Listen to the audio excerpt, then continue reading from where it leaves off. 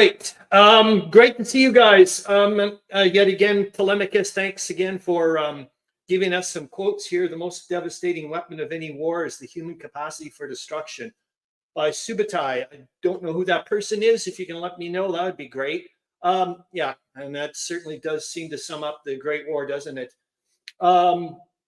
Great to see you, Charles Latora. Great to see you, Zoe Dufour and Eric Goebel from a warm and sunny Northeast Georgia. It's not too bad here. We're going to get to about a high of 20 or something like that. So that's not bad considering where I live up in Ottawa. All right, I'm going to put your banner away and then we're going to go to the, oops, I'm going to have to go up here and hide it. Yeah, so I hope you guys are doing well. And like I said, oh, great to see you, Brian R. Smith. I hope you're doing well. Here we go. I'm going to present the narrative and tell you what's been going on. And I know there's a few updates. Of course, I think you guys remember that Harro Bosma this weekend is at Essenspiel. Great to see you, Eric C, and as well as you, Meandering Mike. Hope you two are doing well. So yeah, Harro Bosma, as you know, is over at Essenspiel, and like I said last week, it just blew me away that it's already been a year. That just seemed to fly by beyond belief. I think it both blew us away. Anyway, so yeah, he said that he'll try to take some pictures and get some notes. I also asked him to say hello to VUCA for us and kind of, wink, wink, whatever towards 1916, prelude to Blitzkrieg. Subutai was Genghis Khan's general. Thank you, Tolemykus, because I wouldn't have known. So there we go. I would have thought he was some kind of philosopher or whatever. So like I said, like I say every week, I hope, welcome everyone. I hope you, please let me know what you've been up to this past week. The live stream fact checker is an odd one for me this week because I think I've mentioned to you guys before that I wanted to start getting, I want to write an article for the World War I Historical Association. They're a small group. They're going to be they're begging for people. And I was like, okay, I've got to bite off a little piece here because I'm not a journalist or any of that stuff. I'm just learning things.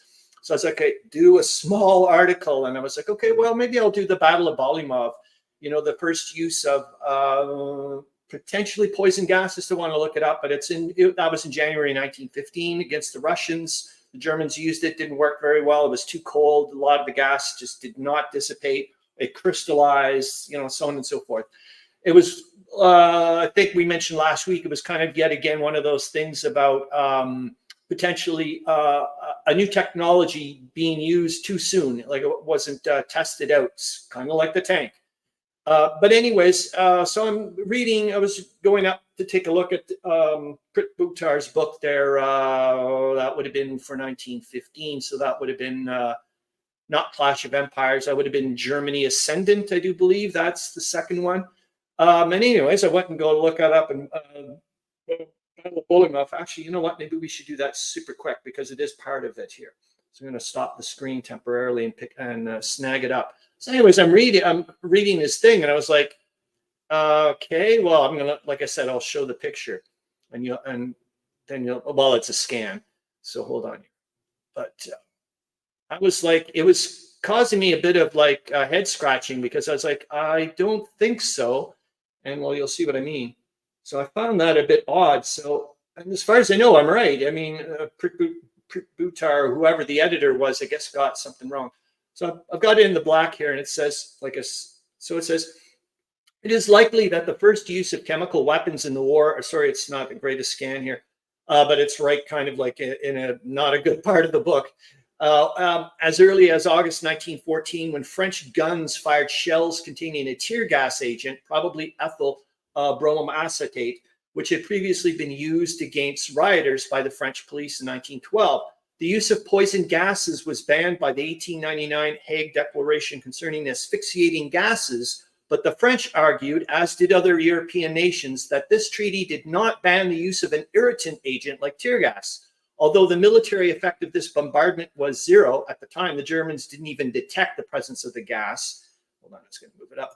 Which was fired in 26mm grenades. It was used as justification by the Germans for their own chemical warfare program, which saw use in October 1914 against British troops near Neuve Chapelle. Again, there was little major impact, but research and production continued, and the guns that Mackinson again, I had no clue that he was up there for the Battle of Bolimov. So that's going to be fascinating to me. It's almost like what's his diddle there, Rommel there, Meandering Mike all over the bloody place. Assembled for use at Bolimov, received about 15,000 shells filled with xylyl bromide, another tear gas agent. Well, the thing is, and then I'm going to stop it here, is the Battle of Neuve-Chapelle was not in October 1914. It was in 1915, March or something like that, a little afterwards. That was where remember the French troops, I think the Algerian troops, pretty sure they were Algerian troops. They were the first ones to get nailed with the gas and left a huge open hole on the left flank of the Canadians, and they had to kind of like plug it up. Oh, good morning. Great to see you. Wardrobe Plays World War II. Hope you're doing well. So let me go back to the narrative. So I just found that a bit odd. I was like, so I don't know if that's like an editing error or whatnot, but there was, like I said, there was no battle of, from what I know, no battle of Neuve-Chapelle at that time where they were using gas. I just thought that was rather interesting. So I'm going to go back to the narrative bit, and we're going to go through the. Hey, William Aarons, great to see you. Hello, I just sent you an ATA. Oh, damn it. Well, we're going to go and grab it. But I do have your pictures, and this time I'm cluing in, William Aarons. Remember before you keep saying to me, Chris, you're posting my pictures backwards.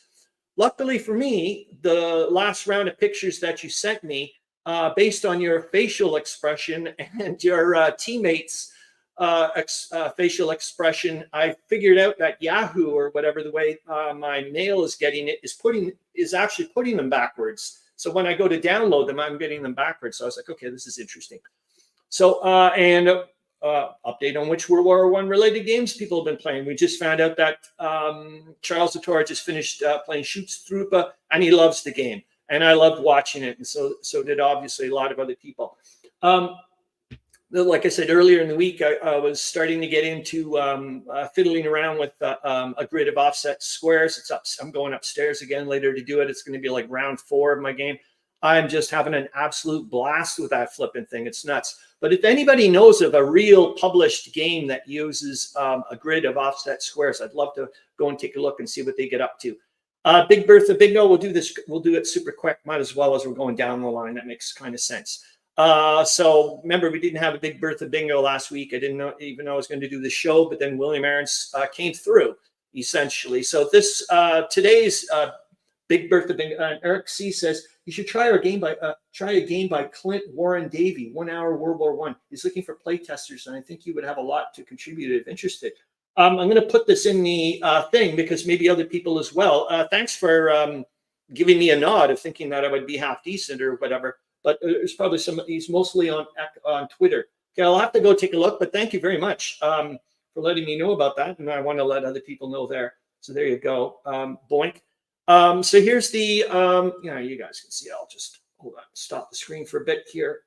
Oh, thank you. Well, thank you, man. So here's Jeremy. She's, or he or she, well, we knew it was a he, but this is Jeremy too. So I'm going to go with the she. So there we are. It's number, I don't think anybody got it this week. And by the way, Eric, see if you would like to have, or anybody else that's, doesn't have a bingo card, let me know and I'll set you up with a bingo card. I don't think anybody got it this week. Number 53 from 1917, the third battle of Oitus or something. And yet again, another Romanian battle. It's just random. I think this is totally cool. Charles Latora says, Avalon Hills, Gettysburg, 1964. Has squares but not offset. Okay, thanks, but thanks for letting me know. Again, I want to. I find it really intriguing. I'm enjoying, like I said, the being able to do like a pseudo Der Weltkrieg thing with the landscape. Really, really like that.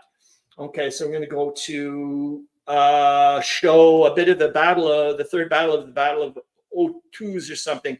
It was Russian Romanians versus Austro-Germans again. And I know so little it's not funny, but I did want to show you the picture from the wiki entry about the battle, and it's just like it's the map, and you're just like, holy smokes, talk about rough terrain or what? Oh my gosh, I'm like, no, it's. So there's the you guys can see that. I'm like, what in the world? So that's an awful lot of contour lines. So you can tell that that must just be, I mean, god awful movement terrain and logistical issues from hell. Number 53 is on my card, Tolemykus. Okay, yes, thank you, Tolemykus. I think we're about to get to the points. Okay, so you are, I think, then the only person that got one. Just look at that, though. That is just nutty.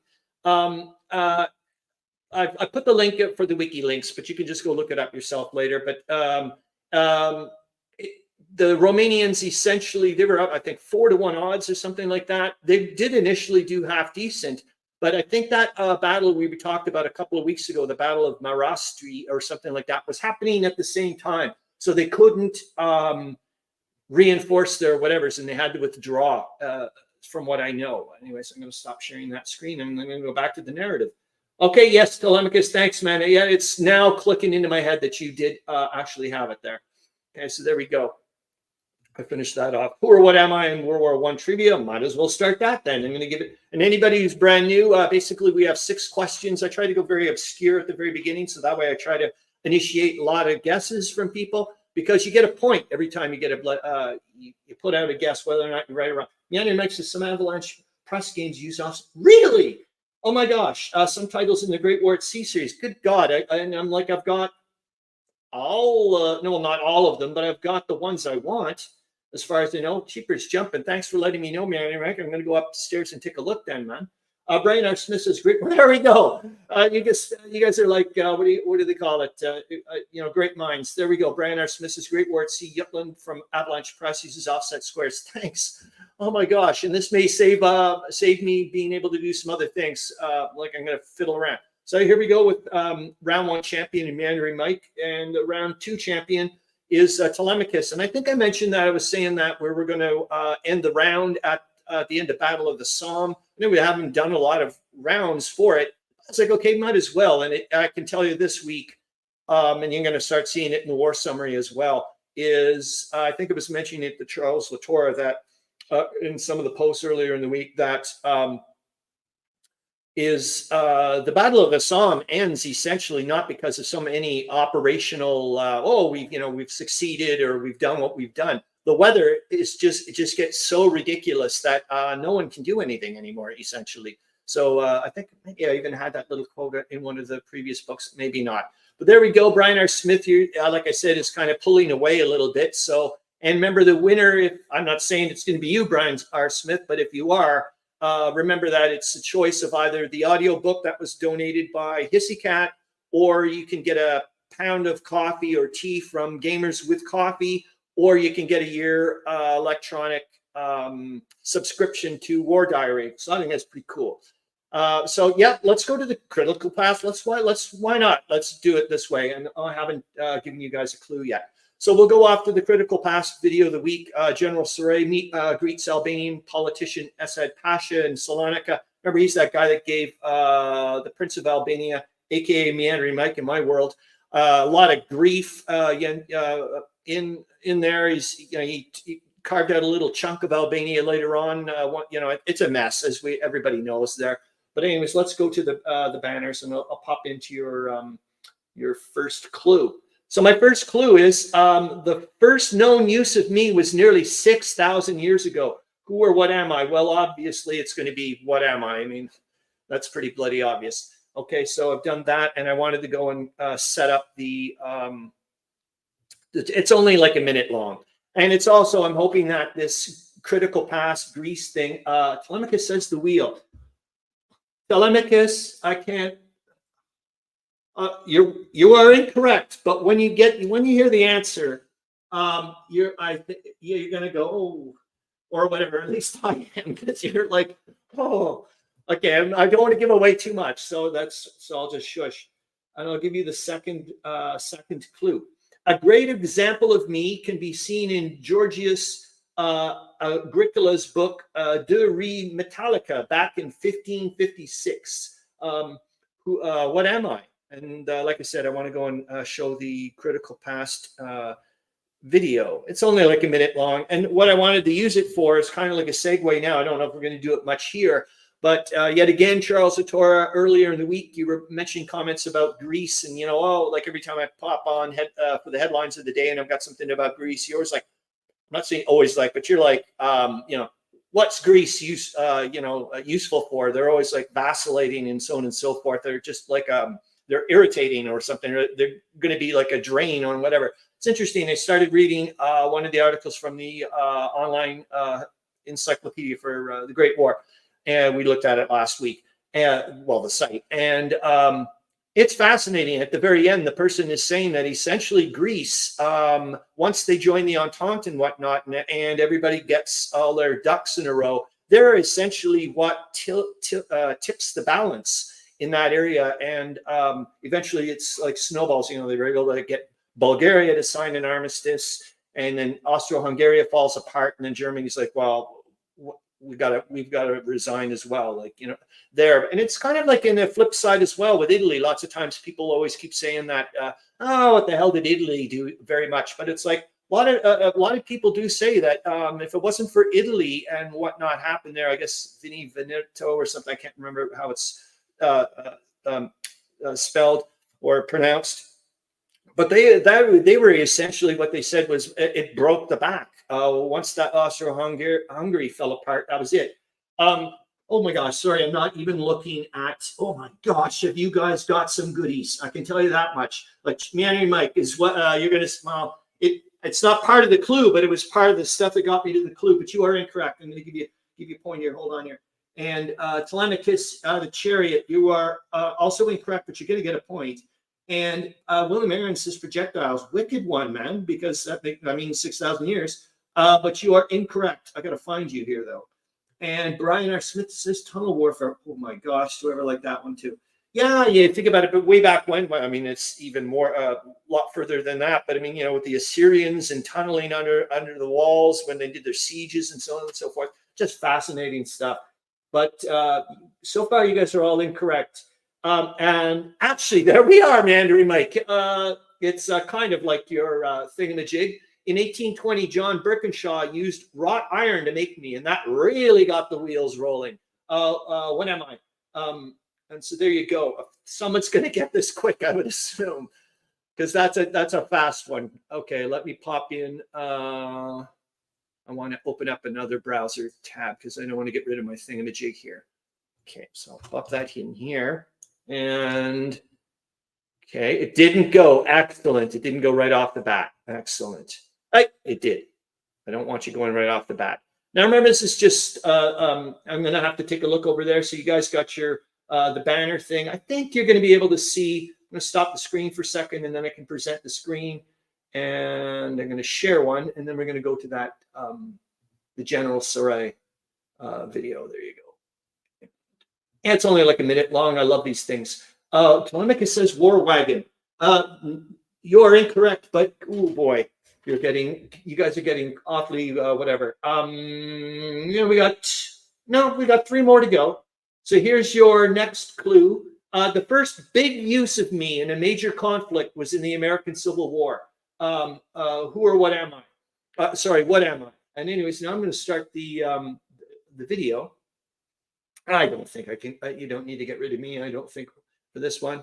It's whatever. So General Sorrel, Commander-in-Chief of Allied Forces in Greece, greets Asad Pasha upon his arrival to take command of an Albanian contingent. So it would be kind of neat. Boom! Meandering Mike, you've done it. I'll get you in a minute. We're just going to watch the thing. But yes, you got it. Tolemykus, I'm going to give you a point anyways. For Canon, but Meandering Mike, yes, you get it. 1, 2, 3, 4, 5, 6. That knocked me sideways, guys, when I found out that it was like 6,800 years ago or something like that. What in the world? And yeah, they were using like timber whatevers to get things to roll across better on certain things. Of course, they were being pulled by horses or mules or what have you. But I was like, wow, that was just really fascinating. I thought, anyways. So. Yeah, actually, we'll show a little picture of that book that I was mentioning from 1565 or something. But I was just like, wow, really neat. Yeah, it's because I've been reading a lot about trains and whatnot, and so on and so forth. Okay, I'll shut up and put on the video here. So I just wanted you guys to take a look at that. Hopefully, you guys can see that. Oh, I can get rid of the banner. Sorry. There we go. I know it's brutal resolution and whatnot, but actually, I'll make it bigger. Slightly bigger, but at least I wanted you, just to kind of get us, at least for me, to get into the feel for talking about Greece and so on and so forth, and seeing this person Esad Pasha and whatnot. I'm assuming he must be somebody with a fez, one of those tassels or whatever.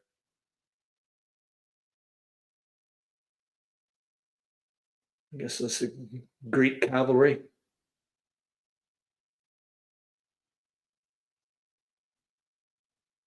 Actually, I think I do have a bloody. Well, I didn't put in the quote. I usually, if I was going to do the critical past, I should have had it in the. That's it. All right, so I can stop sharing that screen. Boink. All right, and the other one was. I'll give you the other clues very quickly. Moltke the Elder sure knew how important I was. Yeah, he mentioned he was like essentially saying that stop building fortresses and start building rail like there's no tomorrow. And then as well, let's be honest, if I was not around, I doubt the Great War would have been so great. I mean, let's be honest. Well done, Meandering Mike. Oops, got to get that. Meandering Mike says, I bought that book, Engines of War, recently. Hasn't arrived yet. Yeah, good one, man. Yeah, I'm enjoying it. That's for sure. It's got, as well as, it's not, as you know, it's not, I mean, it's only a small chunk of it is about the Great War. It's like the full on. Okay, so I'm going to go back to presenting the screen. How are we doing? 20 minutes? What the hell happened? And like I said, I want to make sure that I go to the real people, which is you guys that pop in the contributions. So here we go. We've done that. We'll get to the BGG game of the week. Maybe it's Iron Storm. I've never even heard of it. It's on GMT. It's on the P500 now, or whatever the heck they call it. I mean, it makes us Brian R. Smith congratulates you because you guys are like, well, Tolemykus is getting there, isn't he? Yes, the Grog Shed. Well, I got to show this one. So the Grog Shed sent me this up, and he said, "Hey, Chris, have you ever heard of the Angels of Mons, the Bowman and Other Legends of the War by Arthur Mackin?" And I was like, "No, I have not." And I was like, "Thank you very much for letting me know, because as you know, that means I'm going to present it. I'm going to share it with the other people, for goodness sakes." So, and I've got it there. I'm going to just show you the picture that he sent me for it. And there we go. You guys can see that. I'll make myself disappear. And hopefully you guys can see that fairly well. Can't read that bit, but let's go to the Goodreads very quickly. So I should have it in my links. And yet again, like I said before, I pop all of this, hopefully in the, oh, there it is, the Angel of Mons. But I want to put on, oh yes, because the Grog Shed sent me the link for Gutenberg thingamajig. So hold on here. I want to make sure that I pop it in the right whatever. I don't want to make you guys disappear. I've done that enough times. Okay, we'll stop the screen. And now I present the screen.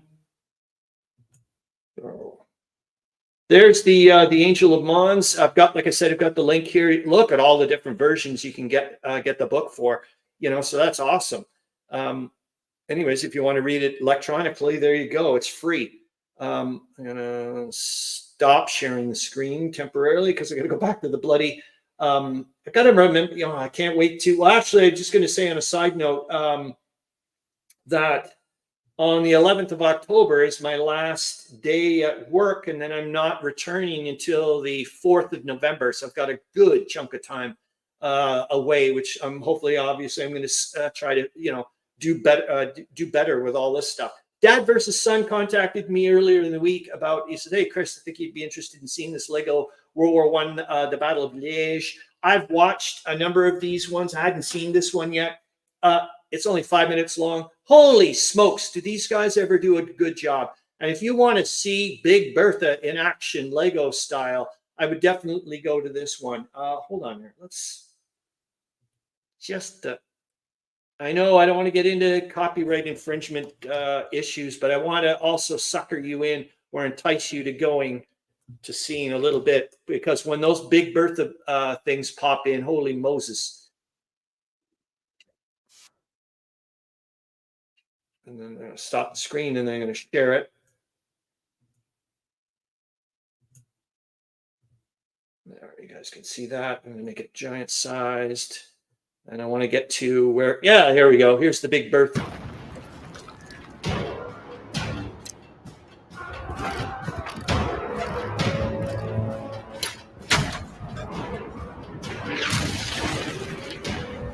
Anyways, there it is. Like I said, I'm trying to entice you to go and watch some Lego, Great War Lego. But there's a lot. There's like the Battle of the Somme. There's all kinds of them. Like I said, this one's only 5 minutes. It just blows me away that how good these are. It's like, you know, he was like, oh, I just thought you'd think it's kind of funny or whatever. I'm like, no, they're actually really darn good. So let's get back to, yeah, we're kind of, Charles Latora says, Avalon Hill, Bismarck. Offset squares on the search boards. Okay, thank you again. Yeah, it is. Zoe Dufour, they really are neat. And the amount of work that the people that put into them, it's just, and I find them educational, for crying out loud. Like I was like, whoa, now you can see the, you know, at least I do. Paul Hederer update. So kind of a bit of a bad news, if you want to call it that. What the hell was that? That was not a good sound. I don't know what the heck that was. Something over there. Maybe it was my fridge finally giving up the ghost. So Paul, I should have. Hold on. Let me get rid of the E. So Paul Hederer's got a ton on his plate right now, and he asked me, "Is it okay if we postpone and reschedule to a later date?" And I was like, "Of course." So I don't know when it's going to happen. Maybe November or something like that. We'll see. And now I want to go to the National World War I Museum and Memorial News. I didn't do it last month, and I said I was going to do it. But hold on here, which was take a picture of that close-up shot that they do of like the mystery image of the month. So I'm going to do it for sure this one and for next month because they seem to be doing popping them back on again. So hold on here. I've got to get. There's actually, and also, no, it's when we get to the World War I Association news, Historical Association news there, Brian R. Smith. Yeah, I'm going to be interesting to find out what fell or something back there after this show. There's still some noises going on over there. And the cat's fine, I think. Yep. But Leo's also like wondering what in the world's going on. Yeah, Brian R. Smith, they had a thing about, I think it was what you were watching there, the live unveiling of the new statue or whatever thing that they had. And I think they've got some mention of it. So hold on here. I've got to pop this into the links as well. But I've really got to be cognizant of the time. Okay, I'm going to stop the screen, present the screen. And shouldn't I just keep it on there? I don't know how to, I'll leave it here. So you guys can see that. I'll make it a little bit bigger. There. Yeah, so they're going to be doing a 1924 time capsule unveiling on October 16th. You can see there. I won't be able to watch. I'll be at work, sadly. And then Civil Rights in the Great War, but it was coming up to this one. So this month's museum mystery, this photograph below is an artifact from our collection. Can you guess what it is? Check next month's newsletter for the answer. There we are. It's got some interesting piece of metal with some biplane sketches. And there they said last month's museum mystery was the U.S. issued khaki set was manufactured by Gillette. Neat. The equipment kit would have included a razor blade and container for the blade. The introduction of chemical warfare meant that a clean shave was necessary. Remember a few weeks ago, we saw that in the headlines where they were saying the French, that's it. You got to get rid of your beards now, guys. You can keep the mustache, but that's it. And so that was the close-up somewhere from there. That's the end of that one. Okay. And then I'm going to keep that temporarily because I'm going to go to this and present the next bit because I think that's where we're going to go to. And I'm missing comments, aren't I? Alien on planet Earth. We don't like Legos. Oh, you don't? Aliens have come to steal Legos.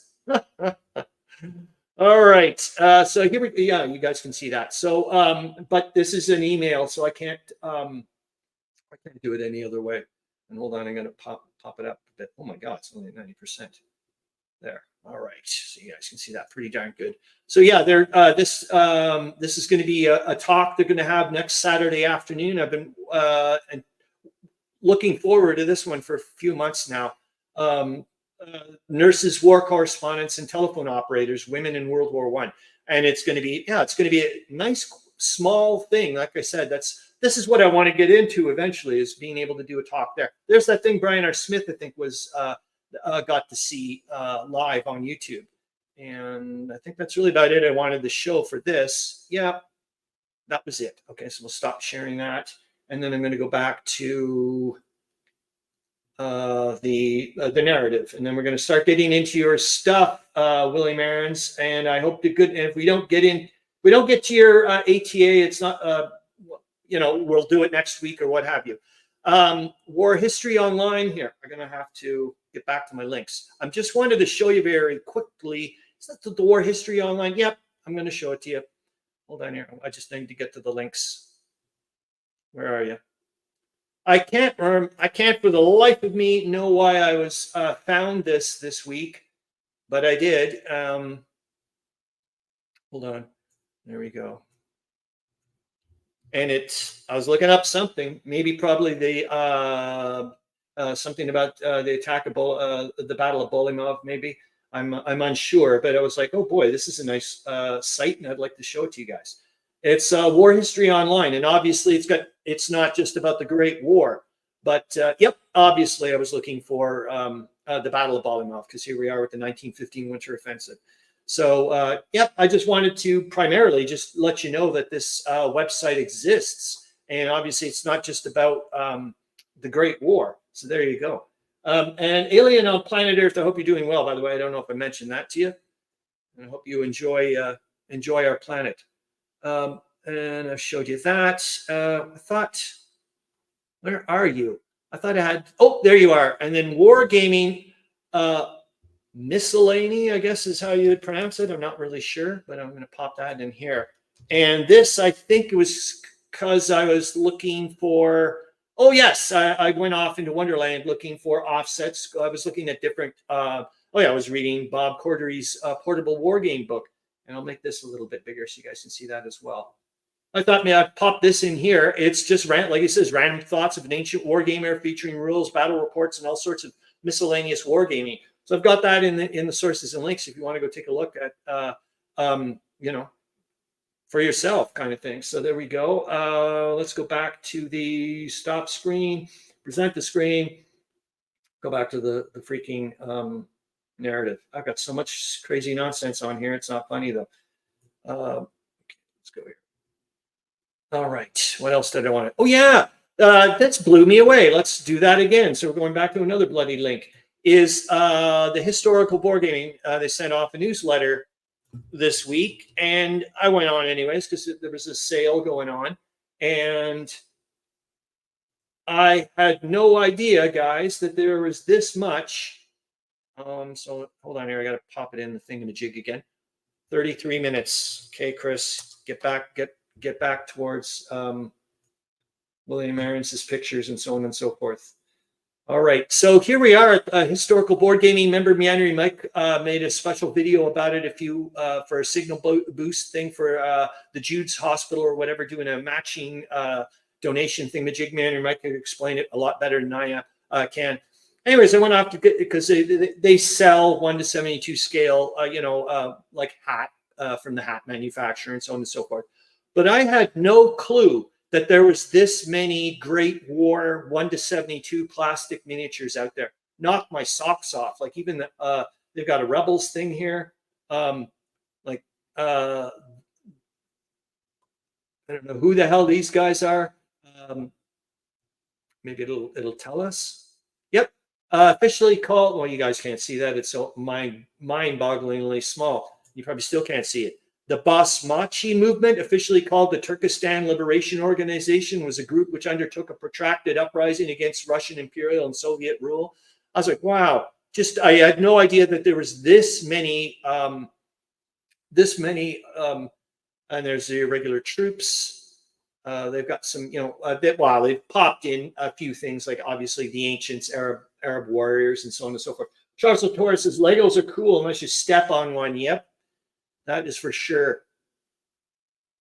But anyways, it was like, whoa, 1 to 72 World War I Arabs in retreat over here. I was like, this is fascinating. I had Poland. I didn't know there was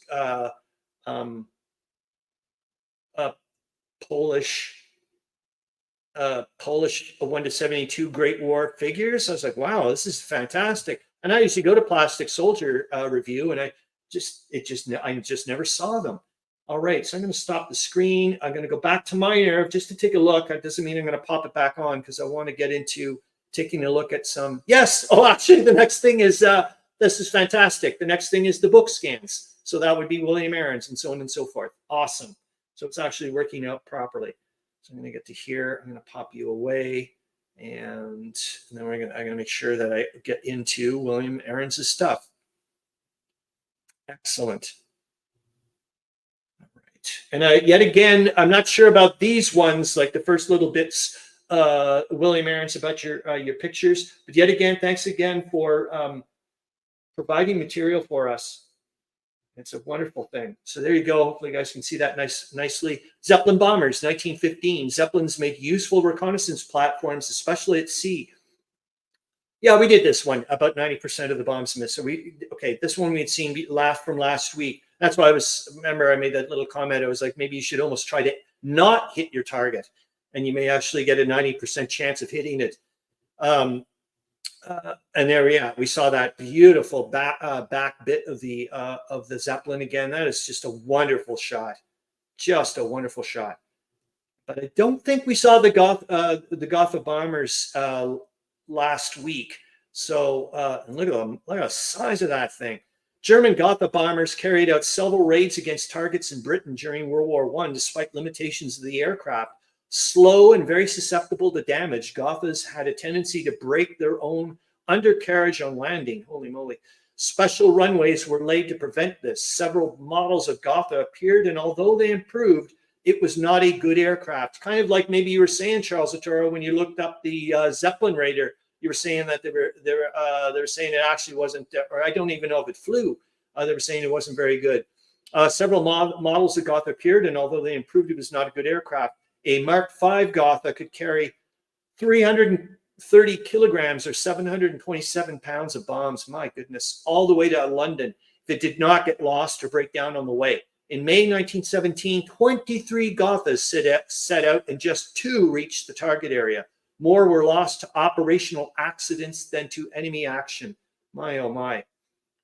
And it says, once airborne, the Gotha was fairly decent aircraft, if slow and vulnerable to being shot down. It was on landing and takeoff. Oh my God. And there we are. The Gotha's wings had to be redesigned as the original aircraft was both unstable and rather prone to shedding parts as it hit the ground. Wow. It is a magnificent looking thing, though.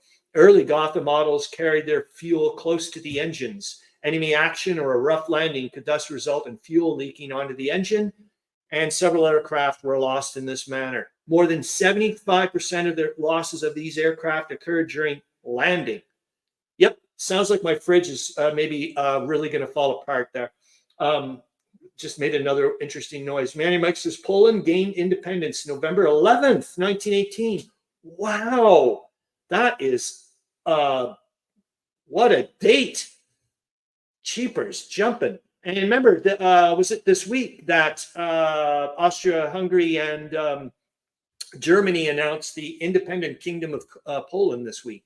So I thought, so that's kind of an interesting thing. So here we go. Yes, see, now I know that I'm doing it in proper thing. So this is William Aarons. Oh yeah, hold on, I've got it in the banners. I've got your thing of what you said. I brought this 60-year-old game to the gaming group that I occasionally attend. We played 2 quick rounds, which I and my playing partner lost. Darn it, I shouldn't have said that. Well, that's how I figured out the order, because I could see the glum look. Here are some pictures of the game. Thank you again. And I'll hide this and go back to the comments.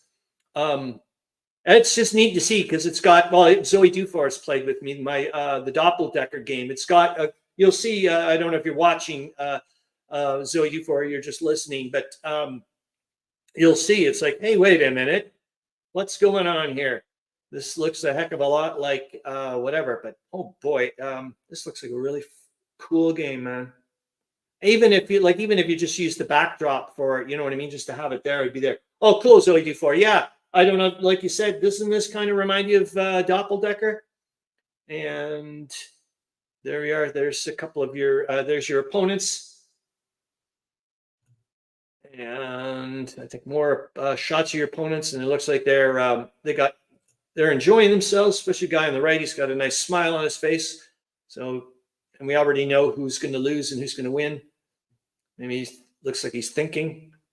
And I think the last one is, yep, William Aarons and his teammate, not impressed with the results of the game, but that looks wonderful.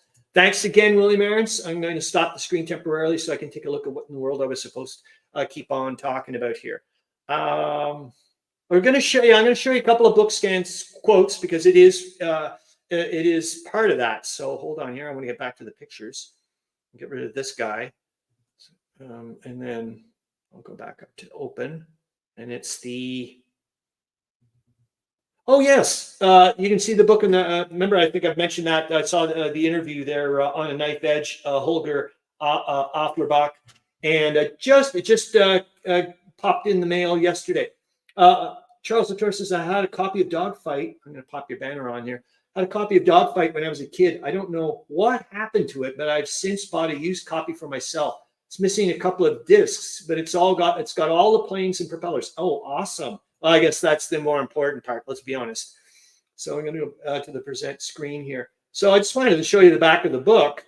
This is the quick scan there I was mentioning to you, Tolemykus, when you said hello at the very beginning and provided the quote for the day or the week. So here's the back, and I was like, oh boy, there's some couple of heavy hitters here. I'm not going to read the thing here, but I mean, for example, I've got that book there, Hague's Enemy. I haven't read it yet. You guys are mentioning, saying that Harro Bosma was saying that it kind of looked like the guy because of my crazy mustache, or my great war stash. And Annika Mombauer, I thought I had this book, The Origins of the First World War. I do have a book called The Origins of the First World War, but it's not by her. It's the third edition by two other guys. I thought that was interesting. I don't know who David Stevenson is, but like I said, Alexander Watson, we certainly do know who Alexander Watson. He also did, remember the book Fortress, the Siege of Shemish. So I've got that one here, boink. And let's go into some other stuff and see if I can find is this the casualties? Is that where I have British? Yeah, I wanted to show this, guys. You guys can kind of see that. Well, I should have cut off the whatever. But, oh yeah, I did write this down. I wanted to take a look, but you guys can kind of see that, I hope. So this is British. So this is since July 1st. And in July, and I love this yet again.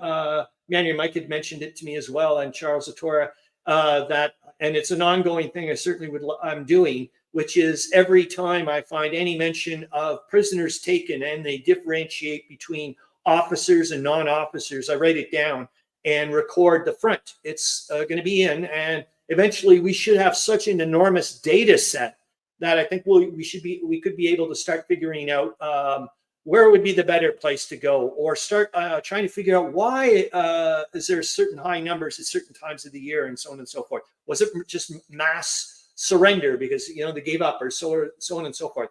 I just think it'd be interesting to find out. But there's the numbers, and you can see that in July it was just monstrous at the beginning. However, look at the totals in August and September.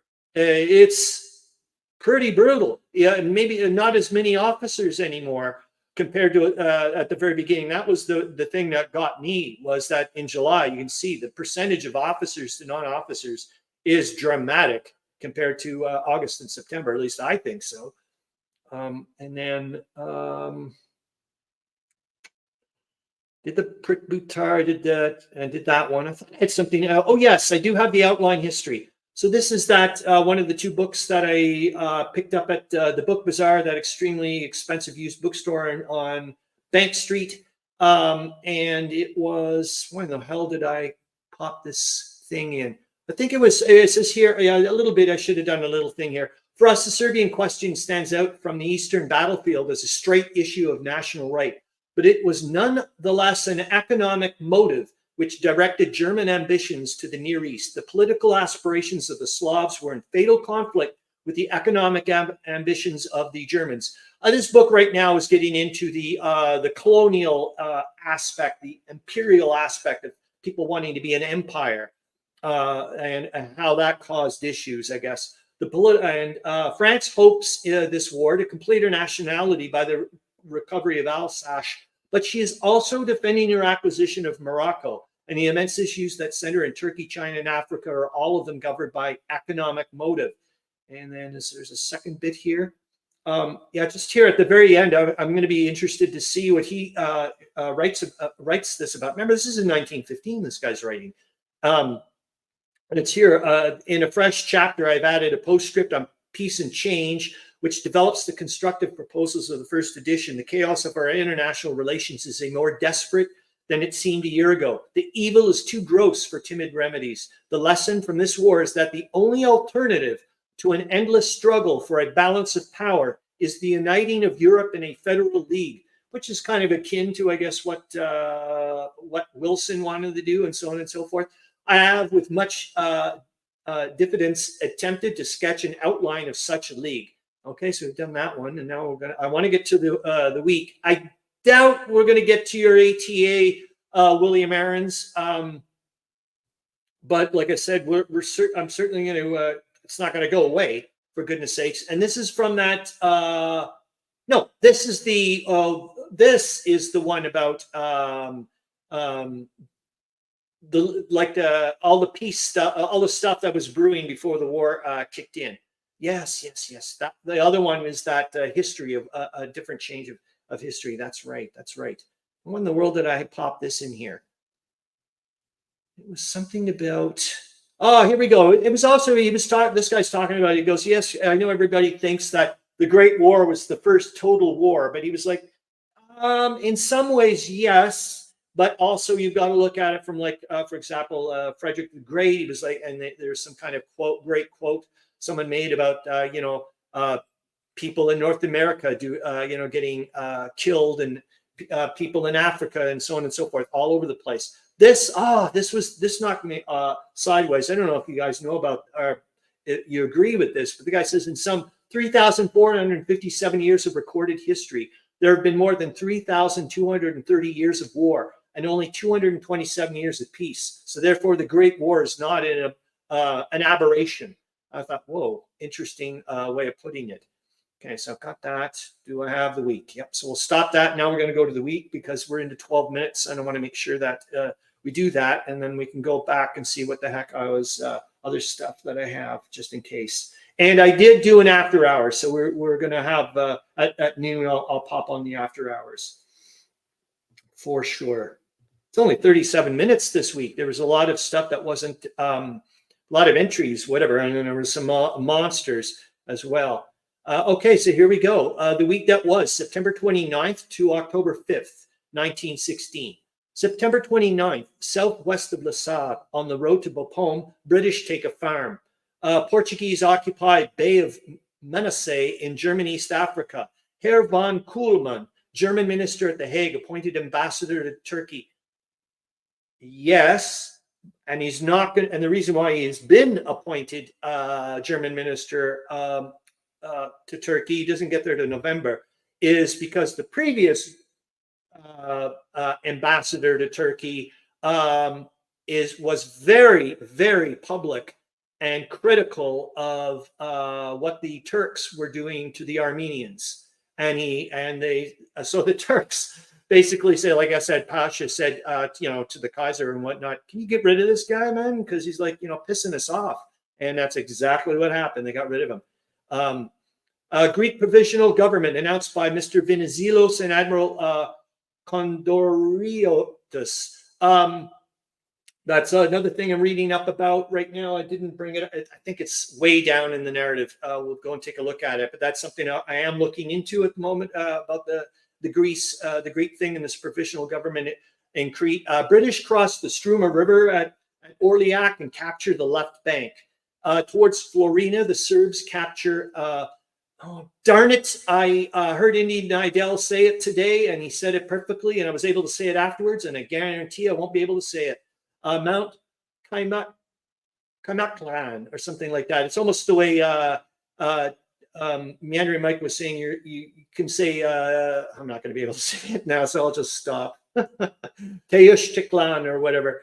And that should be Falkenhayn, not Falkenhayn. In Transylvania, attacks the Rotorturm Pass. Romanian First Army retreats over the Fogoras Mountains. Yeah, they got whooped. You'll find out in the summary.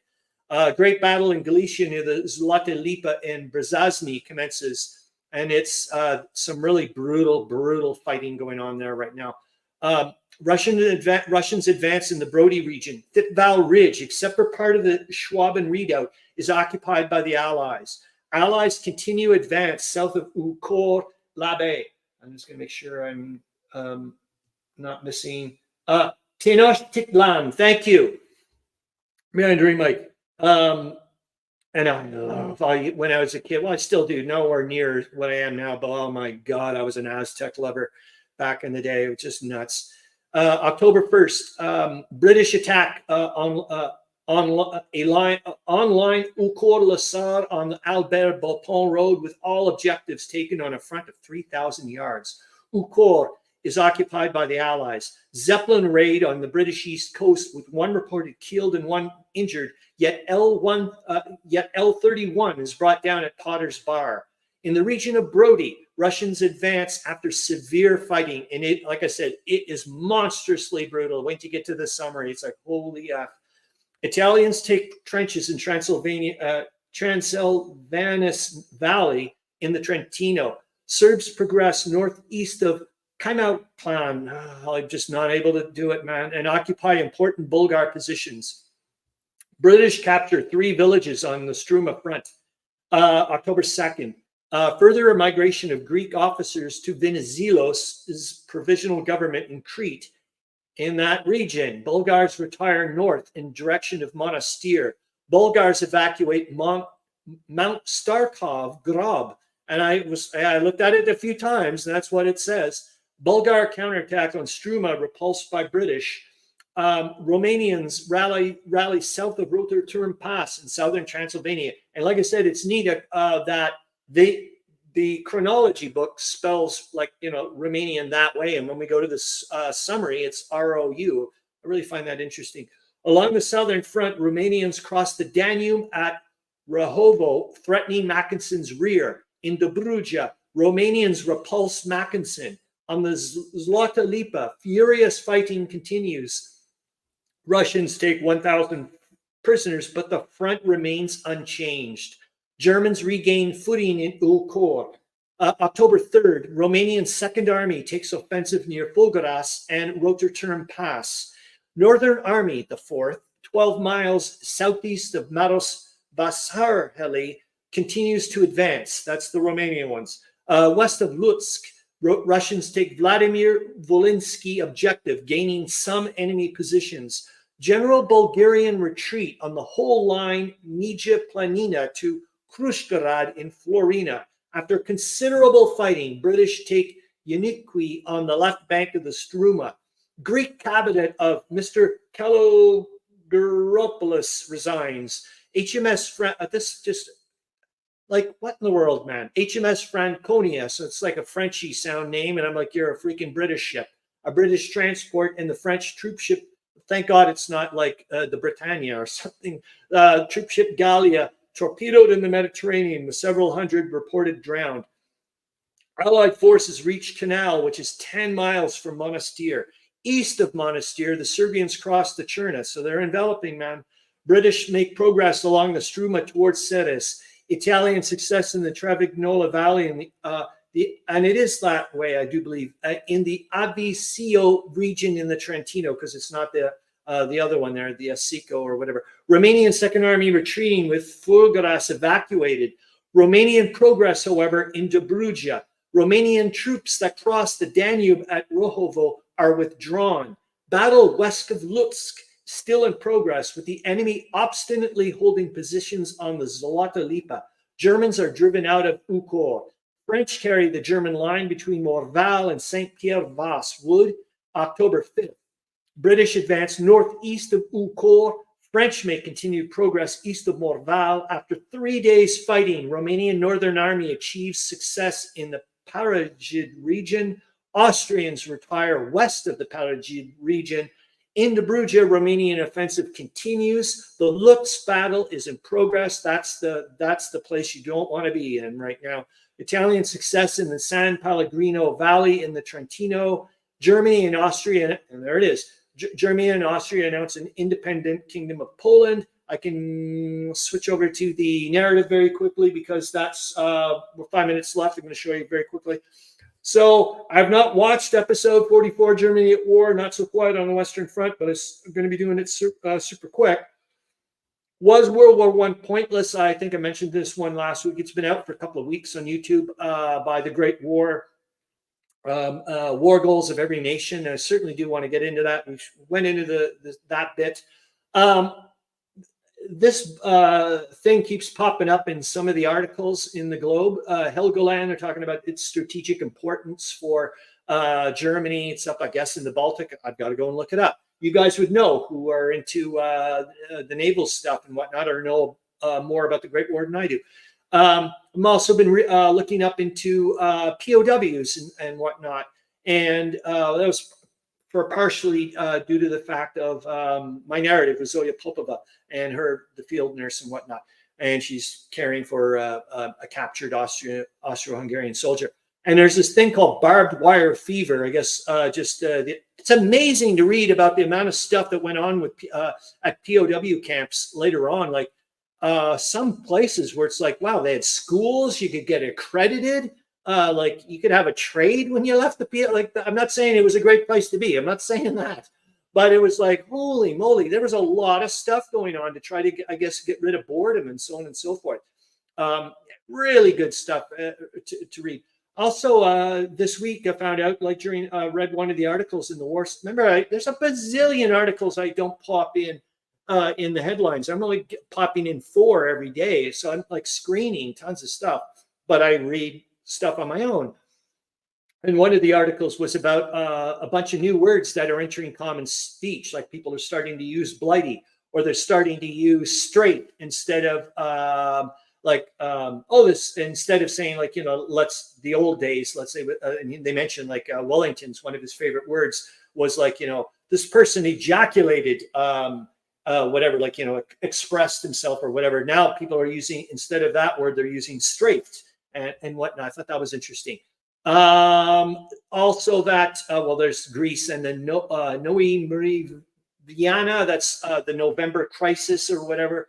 I want to start looking into that a bit more because there's a lot of civil strife going, a lot of fighting between the royalists, the anti-Venezuelists, and the Venezuelist provisional government. So I was like, yet again, I want to just find out for myself, as well as like this could be a lot of gaming potential in there as well. And another gaming potential thing I've mentioned repeatedly, I just want to get around to it, and I want to share what I've known so far, which is the opening of the sluice gates in Belgium back in 1914. And it's leading up to, we're down to 2 minutes, so that's perfect. I'm going to stop the screen, and then we're going to go after hours.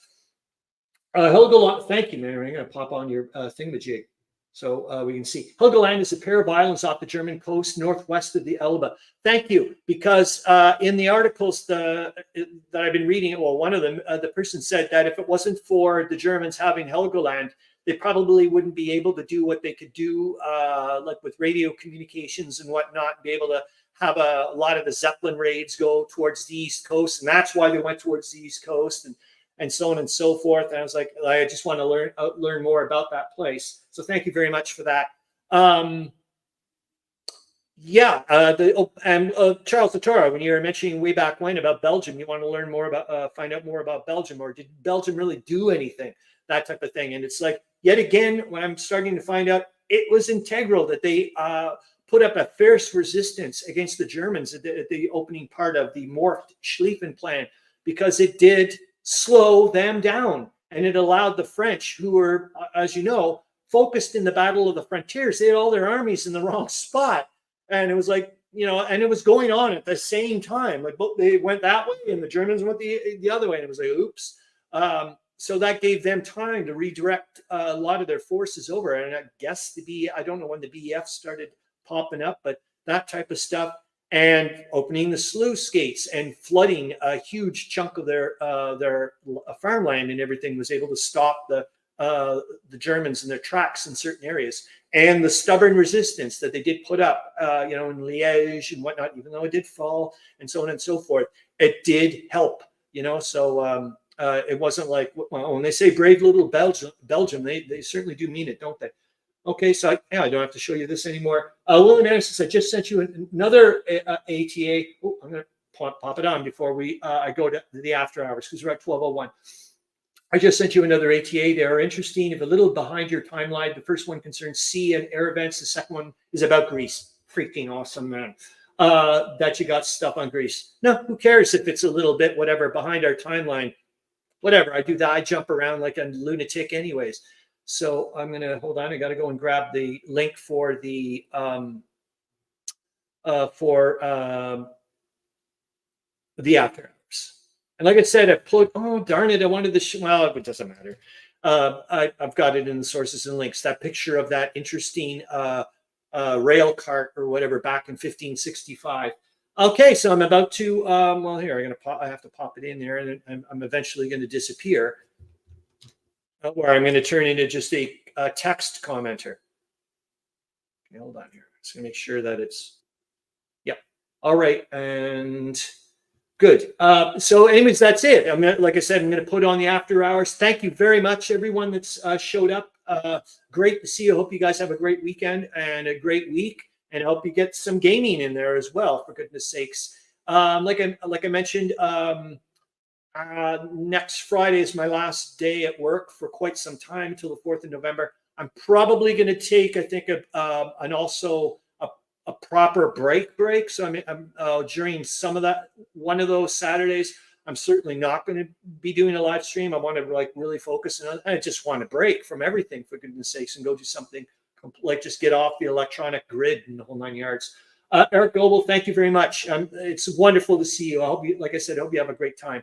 Well, I'm going to pop your thing on because I like letting people well, you're contributing. So there you go. All right, so I'm going to do the war summary. Great to see you. Off I go. I'm going to mute my microphone so you don't hear me doing dishes and all that stuff.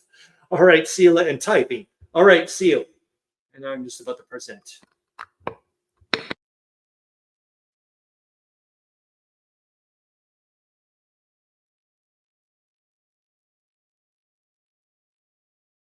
All right, here we go. The war summary for September 29th to October 5th, 1916. Just going to say as well, I'm not, well, you're going to see in a bit if you're watching and not just listening, but some of the pages are in such, like, got scanned so poorly, I can't read the text, to be honest with you. So I'll have to skip some parts. But anyways, here we go.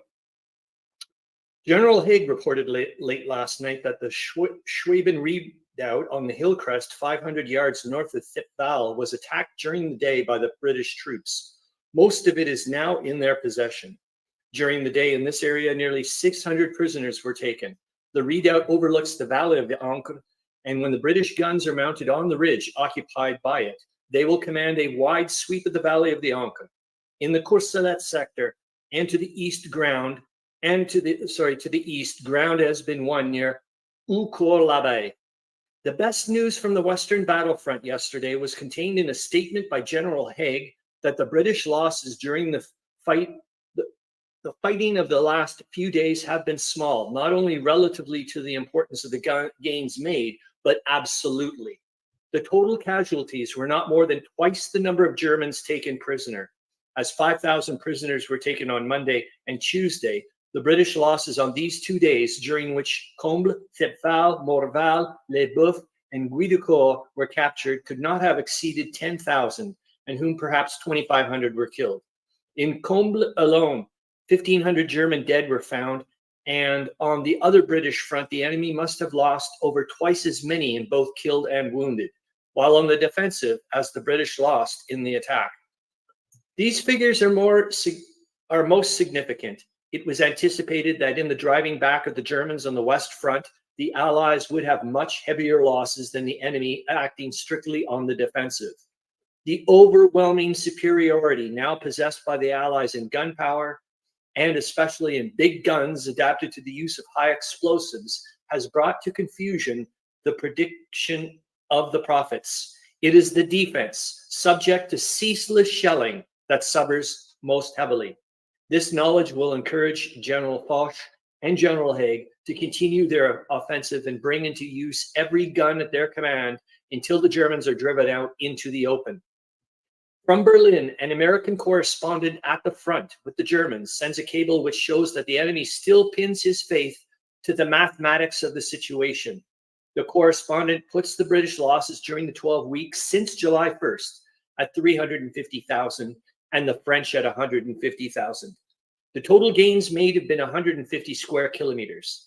At that rate, to cover the 29,000 square kilometers of Belgian soil and the 21,000 square kilometers of northern France in the possession of the German army, it will require 84 years and the sacrifice of 150 million men. The flaw in this fat-headed reasoning is that the German losses, if continued on the scale of the past few weeks for less than a year, would wipe out the entire German army and leave the defense of the enemy's trenches to the dead and wounded alone. There is nothing more certain than that the enemy cannot keep up his resistance for a year against attacks such as those of the Allies along the Somme. The French guns are battering away at the new German front preparatory to the launching of a fresh attack. The enemy forces are trying to strengthen their positions, but to do so under heavy fire involves serious losses. The first-line trenches in which the Germans await the next assault are poor things compared with the elaborate fieldworks from which they have just been driven.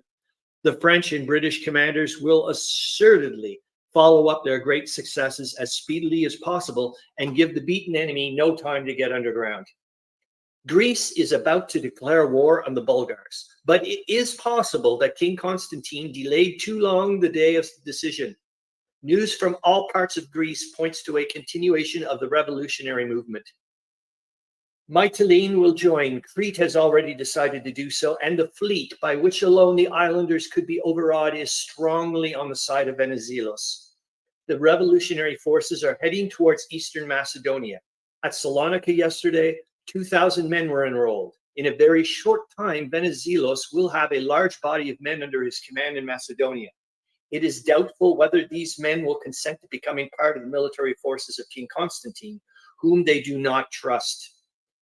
Dispatches from Petrograd state that in the region of the Kirli-Baba Pass, the Russians, despite tremendous difficulties, have succeeded in capturing a mountain overlooking the town of Kirli-Baba and the principal highway at this point across the Carpathians. The Austrians have used this highway as one of their chief means of communication between Hungary and the front in southern Galicia and Bukovina, and its loss will prove serious. On the Upper Sereth, also, the Russians have gained ground and have taken 1,500 Austrians. Brusilov's army, since June, when the offensive began, has captured 420,000 officers and men, 600 cannon, and 2,500 machine guns. That is a great record. The British army on the Somme presses forward despite wet and cloudy weather that interferes greatly with the work of its artillery. At 3 points on the front, there was heavy fighting yesterday. North of Thiepval, the enemy sought to regain the Stuff redoubt captured by the British. By their first rush, Hessian troops secured a section of it. The British regained the redoubt later, and with it took 530 prisoners. For this ridge to the north of Thiepval, overlooking the valley of the Ancre, the enemy has put up a determined struggle ever since the capture of Thiepval village on Tuesday, but without avail. His losses in killed and wounded have been very heavy, and considerably over 2,000 prisoners have been taken in and around Thiepval. In the center of the British advance, by an early morning attack, the lines were pushed northward to a point 500 yards southwest of La Salle on the Albert Bapaume Road. After La Salle is passed, the road dips down to the valley of the Ancre, on the farther side of which the Germans will make their final stand in defense of Bapaume. The country afterwards affords no wooded shelters, such as held back the British advance farther south, and the enemy on the ridge between the Ancre and the Bapaume will be exposed to the full force of the British artillery fire. On the extreme right of the British front, ground was gained to the east of Les Boeufs, where 500 yards of German trenches were taken. I'm just going to say this. I wish they would use commas, man. It drives me up the tree. It is thought possible that General Haig will try to capture Bapaume by an enveloping movement instead of by direct assault from the south. If that is his intention, the advance of La Salle will be continued in a northwesterly direction, and that at Les Boeufs first east and then north. Bad weather, it is stated in the French Midnight Report, has retarded the advance of General Foch's troops. They are operating near Péronne on relatively low land in the Somme Valley. During the early hours of Friday morning, some progress was made north of Frégicourt, but throughout the remainder of the day, relative calm prevailed all along the front. Correspondents note increasing French artillery activity in the region of Mont-Saint-Quentin, the outwork of Péronne's northern defenses. An official statement as to conditions on the Macedonian front from General Sorrel says, "We still hold the highest summit of Kamiklan." The Bulgars renewed their attacks on this position on Thursday night. 4 times they advanced the assault, and on each occasion the Serbs drove them back to their trenches, inflicting heavy losses upon them. The race feud between Bulgar and Serb has added to the fierceness of this struggle. General Sorrel reports that the Bulgars have been seen to massacre wounded prisoners. This action will inflame the Serbs and perhaps lead to reprisals. In the Second Balkan War, Greeks, Serbs, and Bulgars were all accused of killing the wounded and non-combatants. A stiff battle is in progress among the hills to the south and southeast of Hermannstadt in Transylvania between Austro-German and Romanian troops. There's some commas. A dispatch from Vienna states that the Romanians have repulsed, that the Heights, after very violent fighting, are in possession of the Teutons, but that the battle has not been concluded, probably written by someone else. In southern Volhynia and Galicia, Brusilov is faced by a great strengthened Austro-German Turkish army. Vienna states that in an offensive in this region, the Teutonic troops took 3,000 prisoners and 33 machine guns. Russian reports state that this offensive was promptly checked by artillery and machine gun fire, but it evidently proceeded a considerable distance before the check was administered. The Greek army and navy is in a state of utter demoralization. Many of the men in both services have revolted and joined the Allies, and those who remain outwardly loyal are evidently not to be depended upon for rigorous action against the mutineers. Constantine will have to get into the Allied camp soon if he wants to save anything from the wreck. The Allied army chiefs seem disposed to recognize Venizelos as the real head of the Greek people. General Haig, in reply to congratulations from General Joffre on the success of the British offensive north of the Somme, speaks of the Allies' efforts following the unaided French victory at Verdun as having begun to break down the enemy's powers of resistance. There is every reason to believe that German reserves on the Western Front are being thrown into the fighting line at a rate that will quickly exhaust the available supply. 20 divisions of German troops, drawn largely from behind the lines in France and Flanders, are believed to have been dispatched to the Russian and Romanian front before the renewal of the Great Offensive on the Somme in mid-September. Some of them recalled, but others were beyond recall when it opened. And now the depleted corps on the Western Front must be filled up with raw, partially trained troops who evidently have not the tenacity of the original German army. The enemy's powers of resistance are breaking down, not less from the decline in his fighting spirit than as a result of his decreasing numerical strength. The bringing down of another Zeppelin in England proves that at last the defense against Zeppelin attack has overtaken the capacity of that elusive instrument of war to harm its victims, while it itself remaining unharmed. A score of 4 great airships destroyed on British soil within a month will make the German General Staff consider very seriously whether the Zeppelin as an instrument of terrorism is worthwhile. The Russians, after regrouping their armies in Galicia, resumed on Saturday their drive against Lemberg. An official report from Petrograd announces that the army, which is advancing along the Brody-Lemberg Railway, is forcing its way forward despite stubborn resistance offered by the enemy. On Saturday, 59 officers and 1,928 men were captured by Brusilov's troops. Farther to the south, in the region of Brezazny, in which there has been very heavy fighting for several weeks, and along the western bank of the Zlota Lipa, even greater progress has been made. Here it is announced the Russians captured part of the enemy's position by assault and took prisoner 112 officers and 2,266 men. The Teutons, who have been trying to hold the Russian advance to the east of the Zlota Lipa River, made many counterattacks during the night, but without success. While the Russians thus scored a notable success in Galicia, the Germans in Transylvania attacked in the Hermannstadt region a Romanian force, which Vienna reports was defeated and dispersed.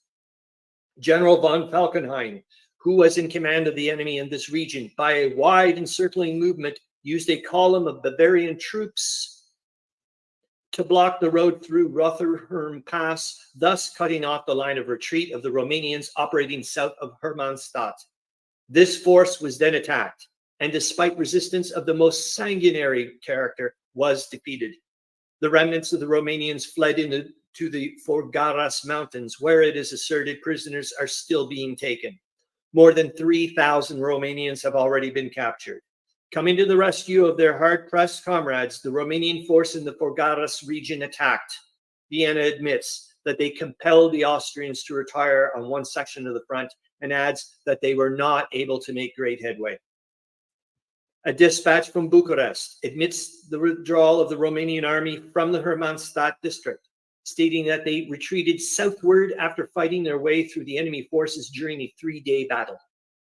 General Haig, at a late hour last night, officially reported that the British had made an advance yesterday on a front of 3,000 yards from a point east of Eaucourt-l'Abbé to the Albert-Bapon Road.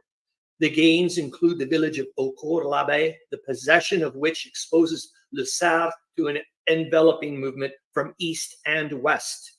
The number of prisoners already captured the number of prisoners already passed back in this advance is over 300, which added to these captured around Thiepval makes the total of about 500 for the 2 days so far as reported.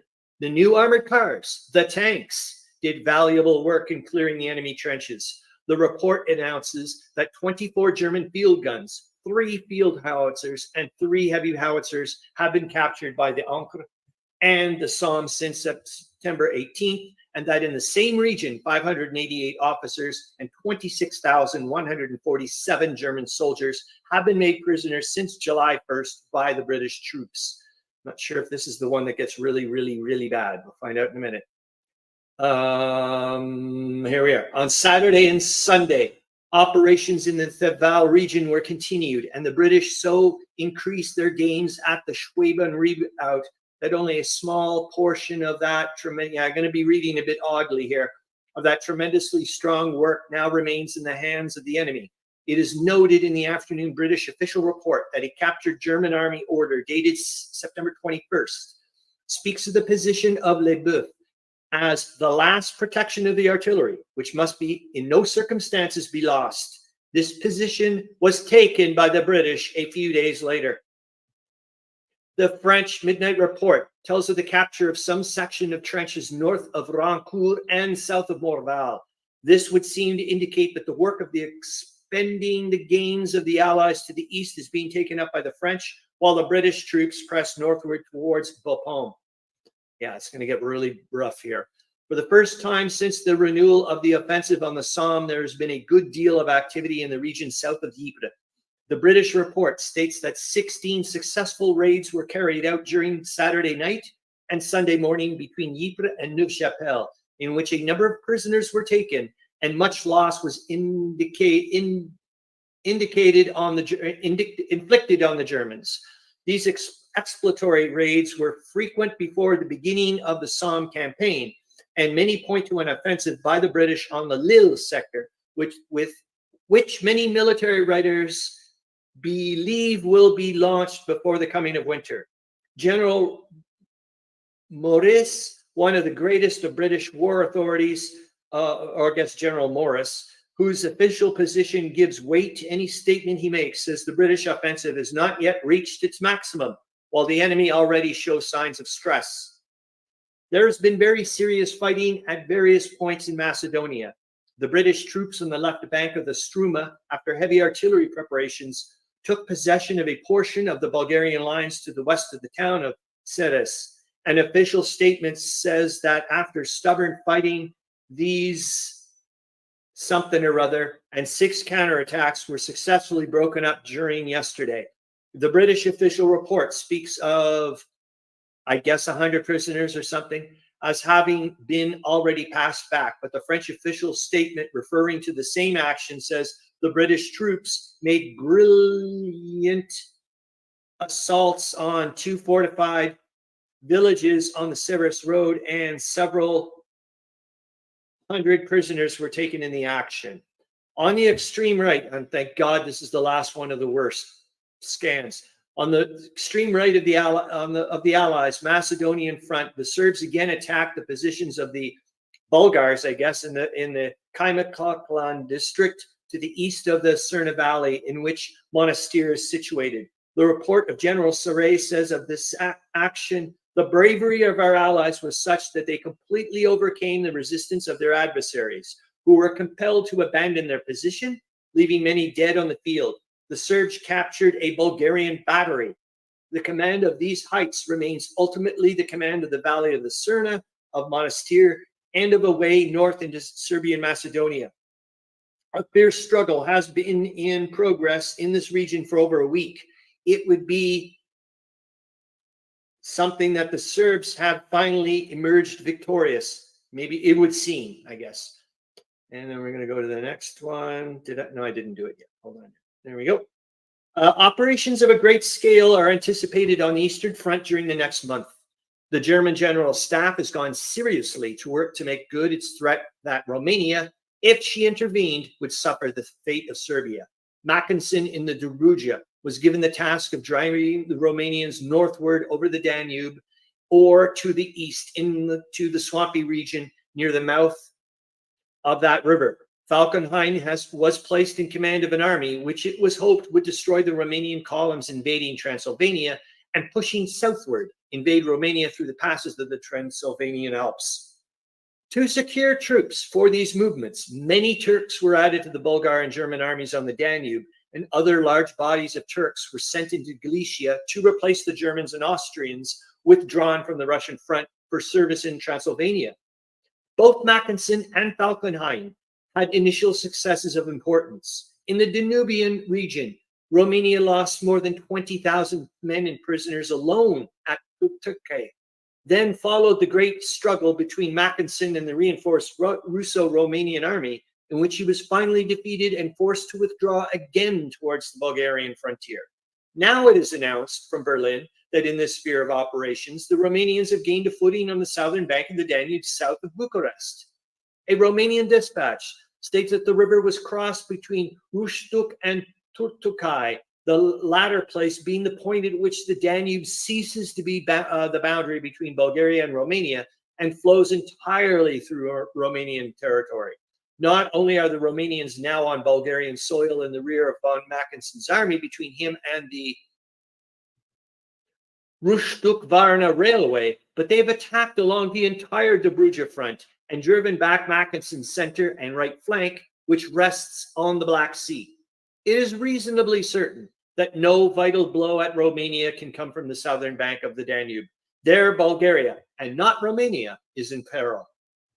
What of Van Falkenhayn's advance into Romania through the Roththurn Pass? At the first glance, it would seem to be serious. He has defeated and partially destroyed the Romanian column operated in this region. He has command of a railway which extends down to the Romanian plain, where he greatly superior in numbers, he could force his way through and give battle on the southern slopes of the Transylvanian Alps, which, it must be remembered, are of great height. the peaks ranging from 5,000 to over 8,000 feet. But if Falkenhayn advances into Romania, he will leave behind him in Transylvania 2 strong Romanian armies, which would be, in all probability, cut his railway communications, stop the mouth of the Rotherham Pass from the north, and destroy him by an attack from the rear. Before Falkenhayn can venture to cross the pass into force, he must drive the Romanians out of the portions of Transylvania east and west of the region, now occupied by him. That will not be child's play. During the past month, the Romanians have occupied a third of the province, and while Falkenhayn was winning south of Hermannstadt, the Romanians near Forgaras, 40 miles to the east, were driving the Austro-Germans before them on both sides of the Great Kukul River. Bucharest reports the capture of 511 prisoners in these engagements. There is no immediate danger, therefore, of a serious invasion of Romania from the north unless Falkenhayn is prepared to take risks that might bring irreparable disaster. The pressure of the Russian offensive in Galicia and of General Sorrel's Salonika armies will soon force von Hindenburg to recall his armies from Transylvania to defend Galicia and Macedonia. The fighting in Macedonia, a dispatch from Sofia admits, is stern business. The Serbs have made a further advance and strengthened their hold at Kaimkalan heights, which in the end will secure for them the road to Monastir.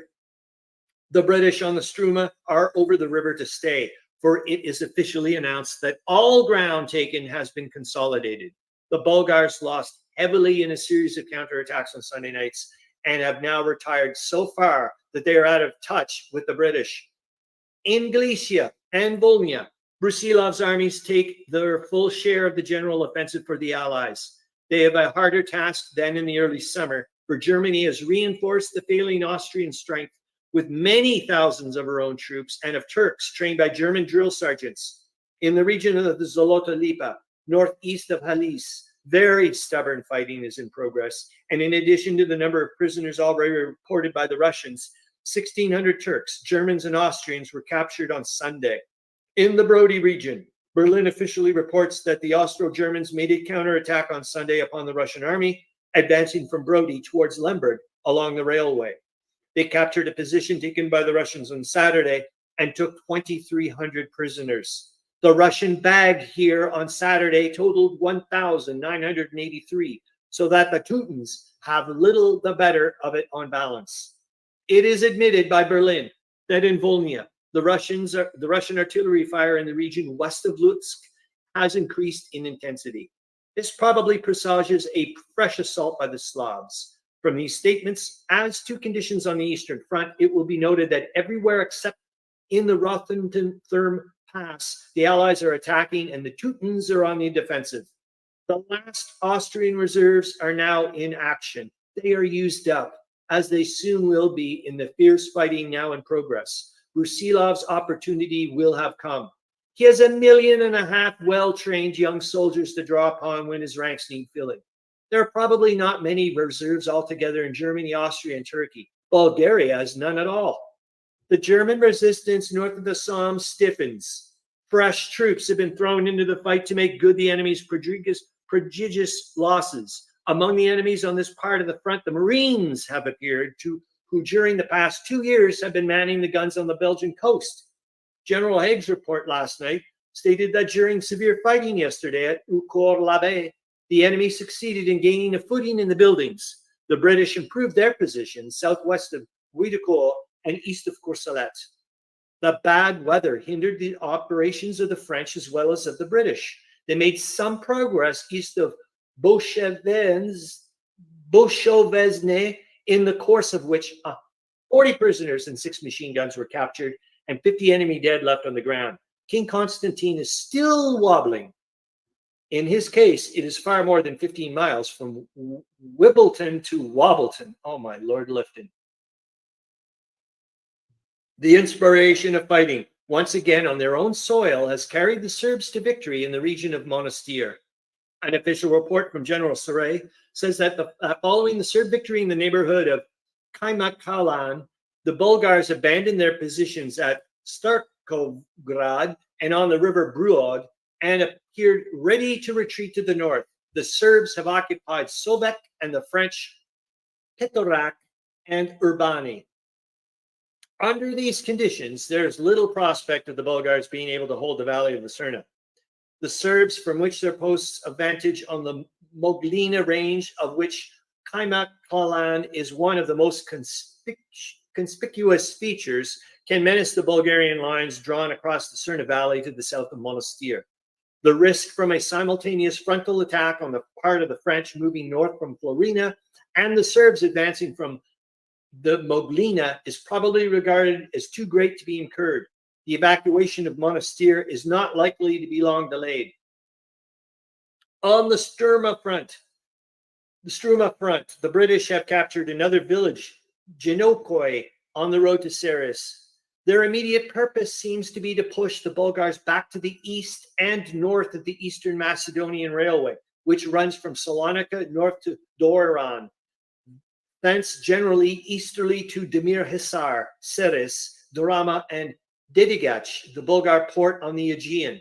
If the Allies intend to invade Bulgaria and Turkey in force by way of the Maritsa Valley, the possession of this railway becomes absolutely necessary.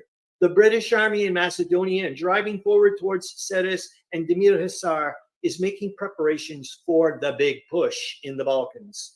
Late dispatches from Athens show that in the reconstruction of the Greek cabinet as a, National War Ministry, which is now in progress, a number of the political friends of Venizelos are to be included. This indicates that the breach between the king and the revolutionary leader is not too wide to be bridged. Greece will not waste her strength in civil war while the Bulgar remains upon her soil. A great battle is in progress along the front from the Danube to the Black Sea between the Russo-Romanian army and the Teutons, Turks and Bulgars, under command of von Mackensen. An official dispatch from Bucharest says, on the southern front in Dobruja, our attacks continue violently over the whole front. The enemy is offering very stubborn resistance. The Bulgars announced that measures are being taken to attack the Romanian force which crossed the Danube to the Bulgarian side of the river on Monday, and which has begun to work havoc on Mackensen's lines of communication. This force is itself in a ticklish position, for a report from Berlin states that Austro-Hungarian monitors have destroyed the pontoon bridges by which the Romanians kept in touch with the north bank of the river. The next move will probably be made by Russian destroyers, which will ascend the river and seek to wrest control of its waters from the Austrians. On a side note, I'm wondering, therefore, if you can get subs to go into the Danube, like those small coastal subs. That'd be interesting.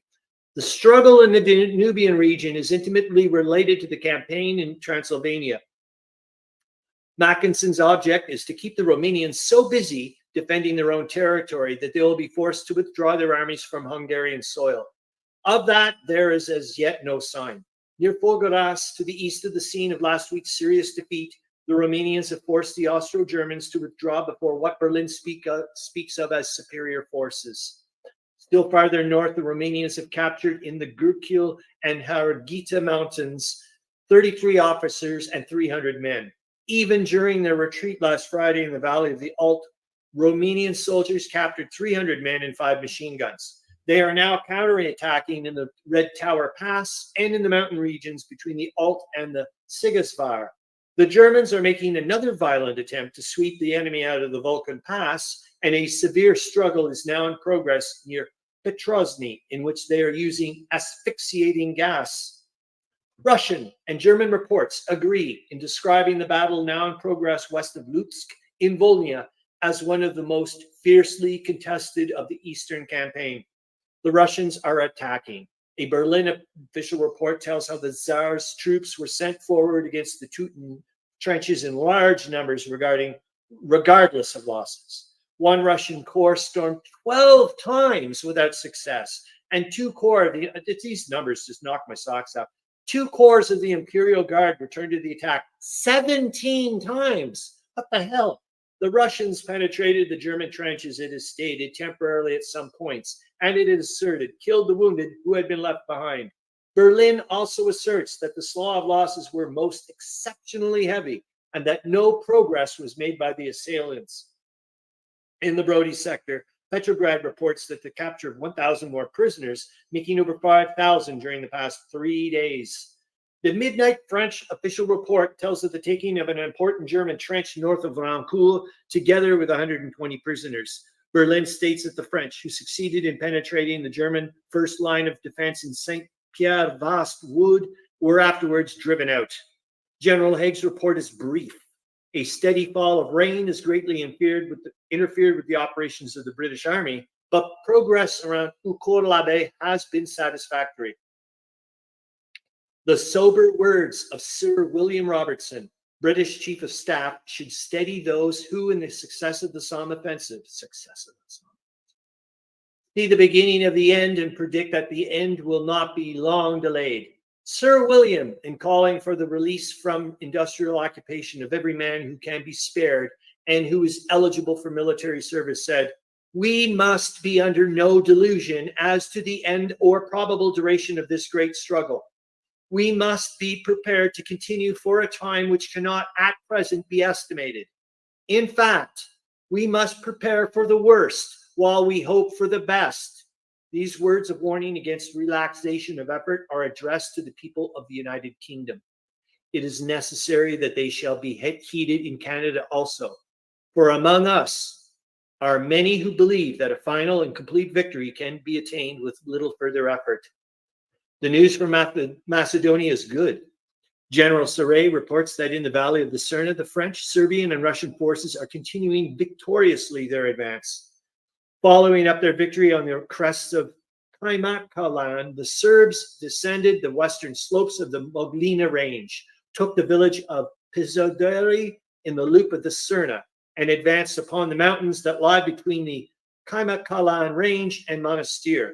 They have now recaptured 230 square kilometers of Serbian territory, including 7 towns. In the valley north of Florina and in the mountains west of Monastir, the French and Russians continue to press forward. The result of the movement to encircle Monastir is now practically assured.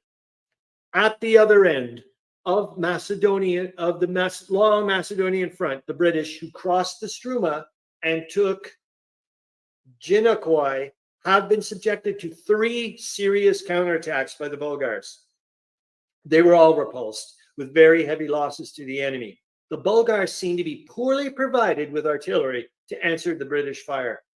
Almost before the ink was dry on Van Falkenhayn's grandiloquent proclamation telling how he had as good as annihilated in the Red Tower Pass on the southern frontier of Transylvania a numerically superior enemy, the remnants of which he represented as still careering about the mountains, the Romanians dealt the boaster another shrewd blow. It is officially announced by the War Office at Bucharest that 14 officers and 1,228 men have been captured in the fighting in the Gurkil Mountains, that to the northwest of the Forgaras, German and Austrian troops were defeated and 800 Germans captured, and that on the southern front in the Dobruja, despite the stubborn resistance of the enemy and the violent fire of his heavy artillery, the Romanian attack continues to make progress in the center. On the left, a position was captured at Amzesia, together with 1,000 men, 7 guns, and much war material. The captures of the delay aggregate over 3,000 men. Falkenhayn's silly proclamation celebrated the capture of 4,000. Berlin announces that the Romanian troops, which crossed the Danube south of Bucharest, withdrew in hasty flight before an encircling attack directed by von Mackensen. The important thing is they got away.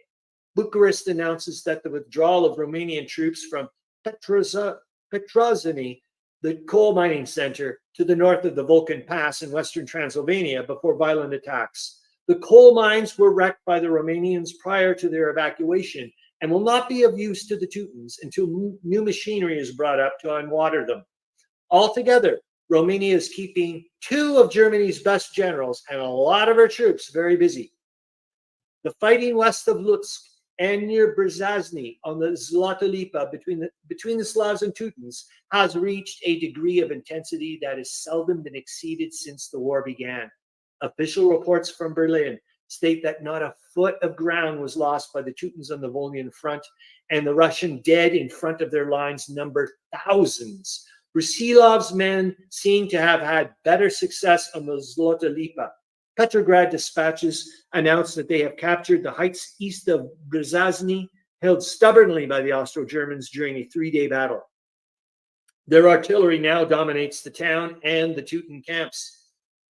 There was relatively little activity on the British front on the Somme after the capture of the remaining houses in Eaucourt by the British in a night attack on Tuesday. Yesterday, the German artillery was very active all along the Ancre and around Eaucourt and Guidocourt. In this region, the enemy attempted a bombing attack, but without success, and retired, leaving many wounded outside the British lines. And here it is, the last 3 sentences. On the French front, no important events took place during the day. The infantry made progress east of Morval. Rain still delays the operations. And I hope that went well, and I hope to see you guys next week.